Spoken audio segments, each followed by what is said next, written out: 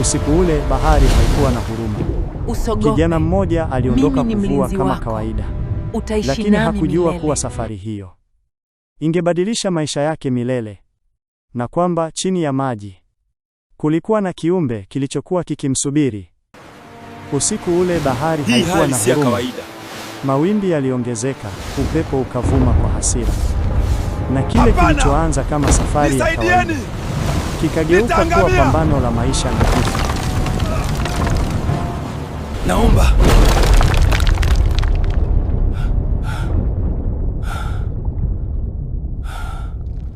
Niko. Na hapo ndipo alipoanza kuona kitu ambacho si cha dunia hii.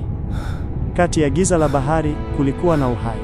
Na macho yake yalipofunguka, hakujua kama alikuwa ameokolewa au ameingia kwenye ulimwengu mwingine. Usiogope, bahari hia.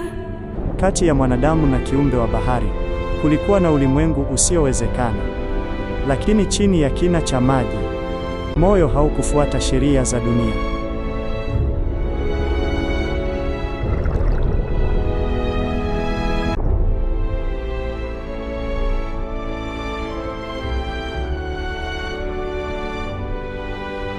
Lakini moyo wa mwanadamu hauwezi kusahau nyumbani. Hata kama amepata ulimwengu mpya wa ajabu, kuna sauti ndani yake inamvuta kurudi. Hata kama ni kwa muda.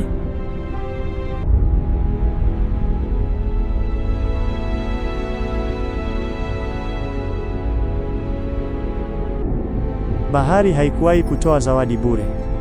Kila kilicho chini ya kina chake huwa na gharama yake, na wakati mwingine onyo ndilo zawadi yenyewe. Hata iweje, usikifungue.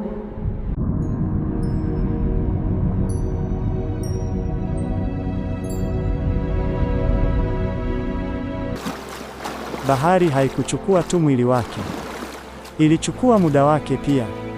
Kwa macho yake ilikuwa safari fupi, lakini kwa dunia ilikuwa maisha mengine yote. Nilidhani nimeondoka muda mfupi, kumbe.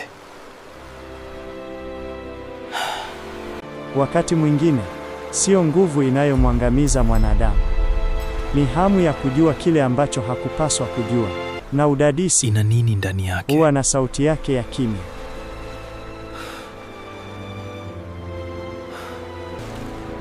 Wakati mwingine kile unachotaka kukijua zaidi ndicho kinachobeba bei yake kubwa zaidi, na baadhi ya milango ikifunguliwa haiwezi kurudi tena kama ilivyokuwa.